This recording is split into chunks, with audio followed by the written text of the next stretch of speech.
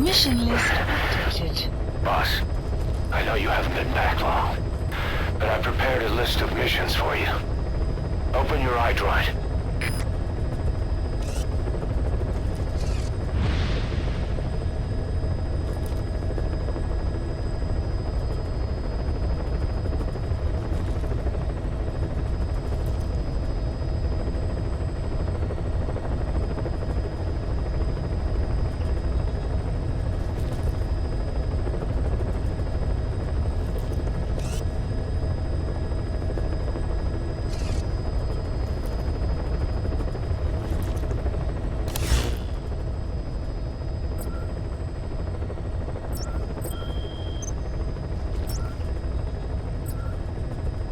Please select a mission. I've taken the job offers Diamond Dogs has received and made a list of those I want you to consider. Which ones you accept is your call. The objectives of the missions I've added are prisoner rescue, facility sabotage, and high-value target elimination. Probably all a walk in the park for you, but they should help you get back on your feet. I put the mission details on a cassette tape. Refer to it if you decide to accept the mission. We'll receive GMP for completing missions, and extracting soldiers and prisoners will boost our ranks. Building up Mother Base is the first step to achieving our goal. If that means wet work, so be it. We're gonna have to get our hands dirty.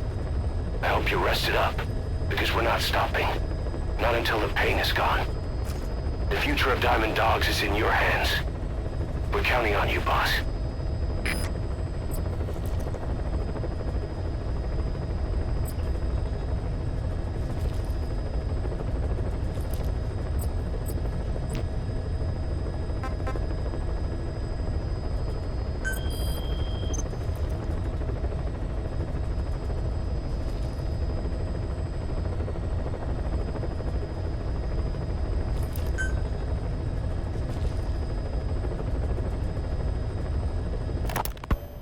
You were hospitalized in Dekelia, a British sovereign base area on Cyprus. It's part of British overseas territory that falls outside of Cypriot jurisdiction. You got moved from Cuba's Little America right into Cyprus's Little Britain. Why Dekelia? The UK and the US remain close allies. The last place Cypher would think to look for you is inside their own system. That's what kept you safe in British military hospital for 9 years. The safest place from a whale is inside its own belly. You were a regular Geppetto. Well, it wasn't Pinocchio who led me out to safety. So who was that guy? Cypher went so far as to attack British territory, burning their own ally. That's how badly they wanted you dead. He said I was in a British military hospital.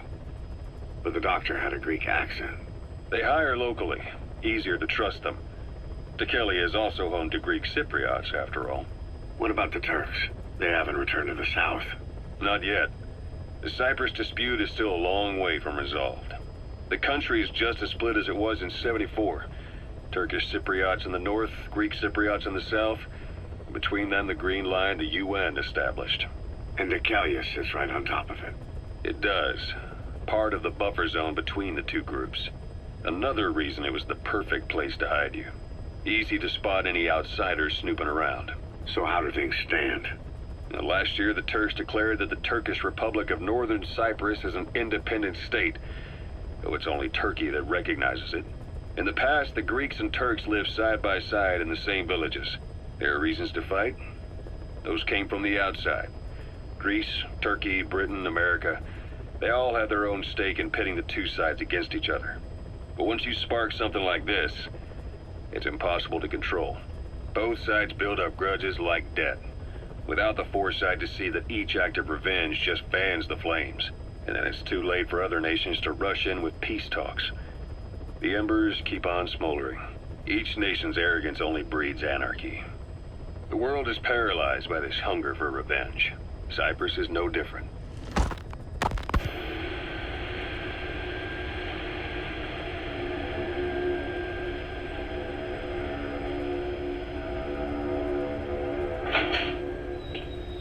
You're up.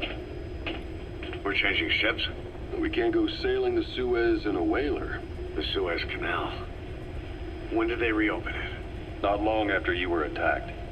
Once they finished sweeping it for mines after the Arab-Israeli conflict. Can you stand?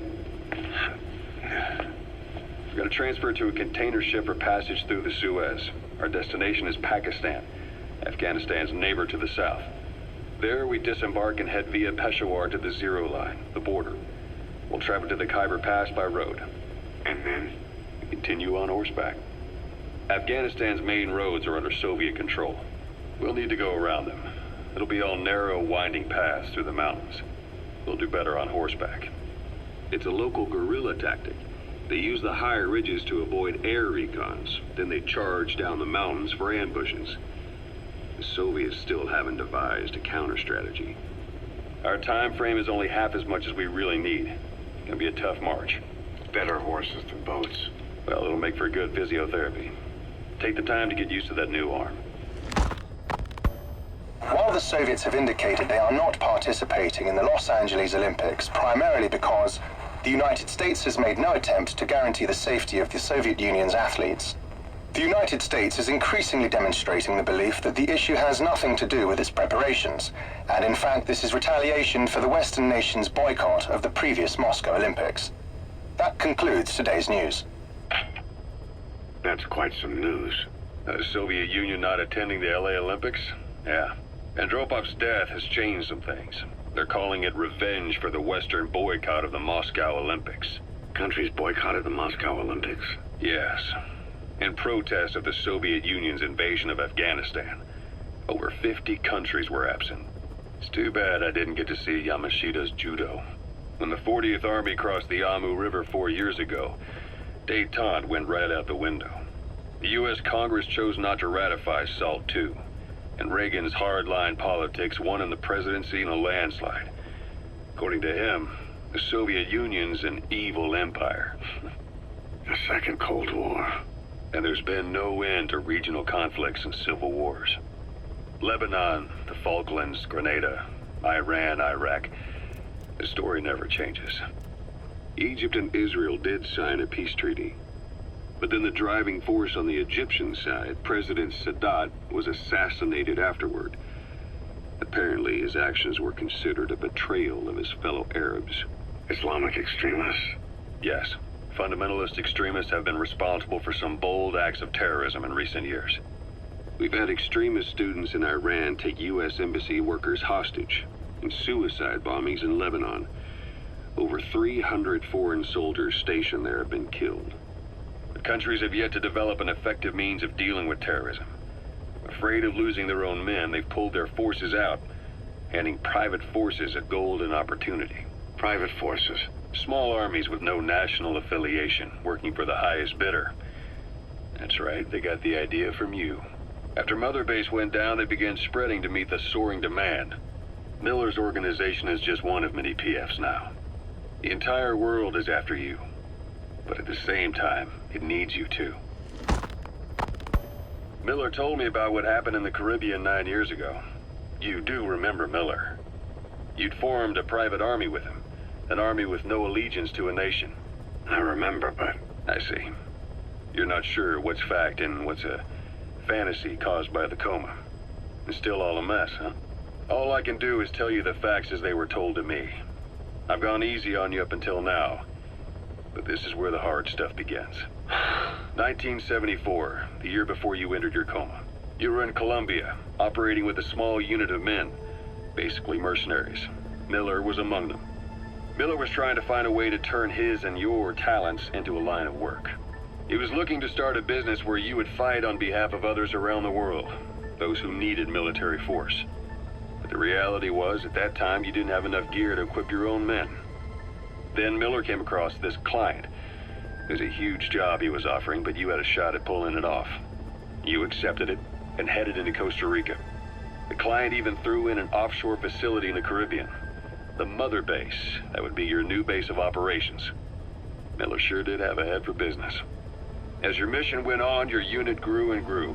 More weapons, more money. Before you knew it, you were commanding 300 men. As the organization got bigger, your military powers swelled to match. It got so the international community couldn't afford to ignore you. You were just too damn successful for your own good. You, your men, had worn out your welcome. Everyone was out for you. East, West, First World, Third. It was only a matter of time before someone took you down. And that was XOF. Officially, they're an anti-terror unit under the CIA. In reality, they're Cypher's private strike force. They lured you to Cuba using Chico, the Nicaraguan revolutionary kid, and Paz, a mole who worked for Cypher as bait. While you were gone, XOF, posing as a nuclear inspection team, stormed Mother Base. At the same time, C4 they'd placed on the strut legs went off. The whole thing went down in minutes. XOF. Kisses and hugs followed by a big FU. All because of Miller's blind spot. A back door into Mother Base no one suspected. You remember a certain scientist? Huey was responsible for bringing the inspection team on board, giving the enemy a perfect opportunity to hit you at home. You were returning from Cuba when it happened. Mother Base came damn close to taking you with it into the Caribbean. Those of your men out on assignment returned right away. They refused to believe the wreckage in the water they found was Mother Base. But they checked the coordinates again and again, until reality finally settled in. You were supposed to die that day. That was XOF's primary objective. As far as most folks know, you did. The first doctor to see you wasn't even sure what he was looking at. Before they'd even finished operating, your men moved you to that hospital in Cyprus. It was a woman named Eva who arranged that. Rings a bell, huh? Most men in your condition would have been written off right from the start. But you survived. You went straight down to hell, and they pulled you out. Your eye wide open. Full of venom. The days of Naked Snake are long gone. Welcome back, Venom Snake. This world still needs you. Here, Snake, try this on. A prosthetic arm. Yeah, Miller was calling it the arm that wasn't there. The physiotherapy's going well. Your arm's bulked up enough for it to fit. There. Perfect. A little time with it, and it'll work better than the real thing. What do you think? Huh. I can still feel my real arm. Well, you better get used to this one quick. You have any pain? Every now and then. Where? My fingertips. My left fingertips. Sounds like phantom pain. Your brain still remembers your old hand. Yeah. What about your vision? Can you see okay? Yeah, at the moment. Now, the shrapnel in your skull is pressing on your optic nerve. I'm told any hard impact could have an effect on your visual cortex. Yeah, the doctor mentioned that. Your brain might process visual information incorrectly. In other words, you could have hallucinations. You might see things that aren't there, or not see things as they really are. You experienced any of that? I think so. When? Right after I wake up. Colors look faded. Colors, huh? Well, that's not a major concern in and of itself, but it could mean the difference between life and death in the field. You'll need to watch out for that. I will. All right. You should continue your physio. We'll be arriving soon. It's the last chance you'll get.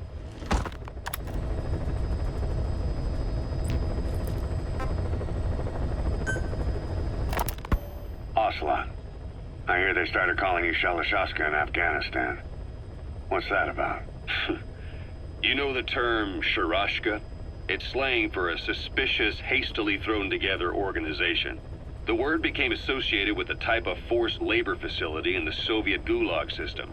OKB scientists and engineers who'd been convicted of crimes were sent to a Sharashka for forced R&D. The Sharashkas were supervised by Lavrenti Beria of the NKVD, the secret police, under the official name 4th Special Department. Forced research? That's not very different from what we do here. Diamond Dogs is different. Everyone here believes in you. Regardless of where they came from or why they're here, they revere you. And they're fighting because it was their choice. And if it wasn't, they'd leave? Who knows? That's our reality here, whether it's real or not. If there's another truth, I don't want to know it. All that matters is that's the concept that's taken shape in their heads. The traces of a group ideology, our superstructure, to put it in Marxist terms. All right. Go on. Right. So anyway, at some point the enemy started calling me Sharashka. This was after the war in Afghanistan broke out. While I was keeping an eye on you in that hospital, I was also heading up interrogations here. The men I broke gave up their comrades and families, everything they wanted to protect them most. No real cause for it. I just let myself get caught up in the old Russian pride. And suddenly I received the honor of becoming Special Interrogation Advisor to the forced labor camps. But the more men I interrogated, the more people saw me as just that, the interrogator. It helped cover my real objective of keeping you safe. You went that far for me? Far enough to keep you alive. I ended up being pretty well known among the Afghan guerrillas. Some of them would have seen me on the battlefield, and that's how I got the second half of the name. Shashka. It's a sword, a type of saber from the Caucasus. Russian dragoons and Cossacks carried them into battle. Now, the Russian Empire had a general by the name of Fyodor Arturovich Keller. His bravery earned him the nickname Russia's Greatest Shashka. Someone must have known about that, because somewhere along the line, Shashka got stuck on the end of Sharashka. The guerrillas were using the name amongst themselves, and by the time I got to hearing about it, pronunciation had wound up as Shalashashka. So half Gulag, half Hero Sword. Is a perfect fit. But you see how rumors and ideas about people can get out of hand fast.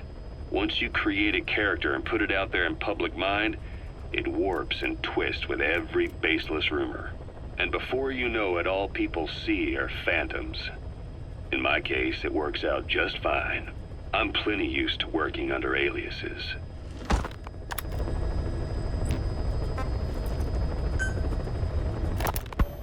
So SALT II still hasn't gone into effect. That treaty was drawn up to limit not just the size of the U.S. and Soviet Union's nuclear arsenals, but also their delivery systems. The whole deal. Just when we thought all those years of negotiations had paid off, somebody decides to invade Afghanistan. The timing couldn't have been worse. The president was in the middle of the SALT II talks back then. You mean while you were busy trying to stop Peace Walker? I heard. President Ford was meeting with the General Secretary in Vladivostok. In his absence, the political brass in America detected what they didn't realize was false nuclear launch data from Peace Walker, and were on the verge of ordering a retaliatory nuclear strike. Coleman's big idea? Humans are incapable of destroying themselves. Turns out he never knew what humans are capable of. If that AI, the boss, hadn't found a way to stop the fake data transmission, they probably would have gone ahead with the launch. Deterrence was revealed as the pipe dream it was.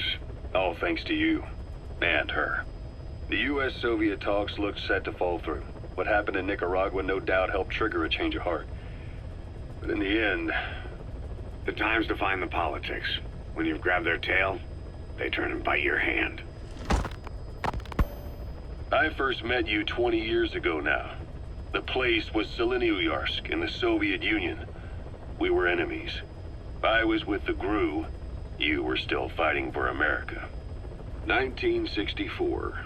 Operation Snake Eater. Its objective? The assassination of the legendary soldier known as the Boss. When you returned home successful, they awarded you the title Big Boss. Your CO, Zero, sought to carry on the boss's will by covertly establishing his own organization. You knew the original members from Operation Snake Eater. From America, there was David O, or as he was to you, Major Zero. Donald Anderson, aka Sigint. Dr. Clark, who went by paramedic during the operation. And the fourth, you. From China, there was Eva. And me, Ocelot, from the Soviet Union. 6 in total. To us, government notions of friend and foe were meaningless. As were East and West, we joined forces by our will alone. Our objective was to fulfill the boss's dying wish, to make the world one. And to do it, Zero used the Philosopher's Legacy, the secret war fund you obtained during Operation Snake Eater. This organization would go on to become Cypher. I, on the other hand, was left with the problem. You only recovered half of the legacy. I had to locate the other half myself. When I found the funds, I passed them on to Zero, just as you wanted. I still trusted him in those days.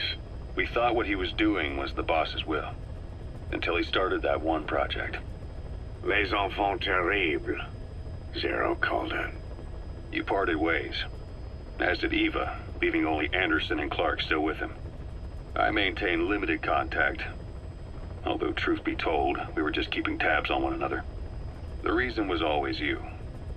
After you returned to the Army and created Foxhound, you left America. For a time, even I'd lost track of you. I'd imagine Zero did too. You always were the best when it came to hide and seek. Zero created Cypher, an information network to tap into every corner of the globe. Woven together, Cypher's arteries make the world just one big organism, and that's not all. It also monitors the thorn in Zero's side. That's you, tracking your coordinates wherever you might go. The further you strayed from your roots, the larger Zero became. It's as if he was trying to close the gap between you. But before long, he disappeared from public life. Only a few people had direct contact with him. For a time, I was one of them. Then a year after you fell into your coma, he slipped out of sight entirely. Since then, nothing. No photos, no recordings, not even a reliable rumor as to his whereabouts.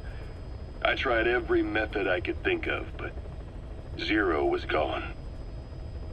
Freed of his control, his creation, his power continued to grow. Cypher is a great beast, and Zero was its spine.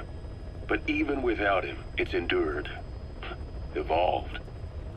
But now its body is rotting, riddled with parasites. Parasites like the ones who attacked you 9 years ago in the Caribbean, and then at the hospital. Cypher's Black Ops unit, XOF. They learned where you were, and came to wipe the slate clean.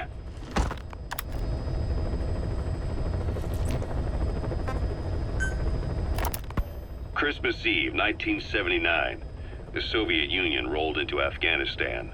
Muslims had revolted against the Soviet-friendly regime established the year before. The DRA forces could no longer contain it themselves, so the Soviets went in to intervene.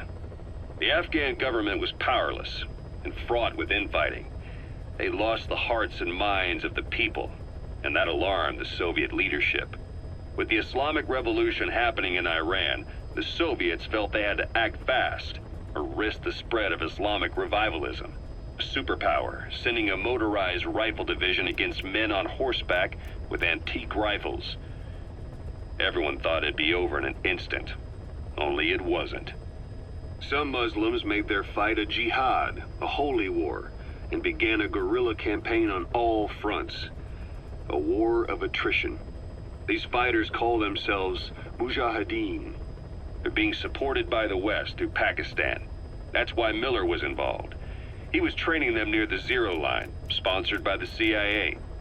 The war has become a nightmare for the Soviet troops stationed here. They thought they'd be headed home in 6 months at the most. Then a year passed. 2 years. Now here we are 4 years on with no exit in sight. Afghanistan has become the Soviet Union's Vietnam. The Soviet troops on the ground want to go home, but at least they have homes to go back to. The Afghans have lost theirs. The Soviets destroy the kishlaks, villages, wherever they can. They burn down homes and fields, fill in wells, turn pastures into minefields. It's created a mass of refugees who fled to Pakistan. If the Mujahideen are fish swimming around the villages, the Soviets will go so far as to dry out their ocean. But this has had a big price. There's bitter resentment among the Afghans, and they're taking out their anger on the soldiers on the front lines. Among the Mujahideen are the Pashtun people. They're fiercely devoted to their code of Badal, or revenge. Soviets they've captured have had their hands, feet, and noses cut off before being left to die at the side of the road, just to show their comrades what they're capable of. Friendlies who come across them can do nothing but put them out of their misery. Then they burn down another village in retaliation. And the cycle of vengeance goes on.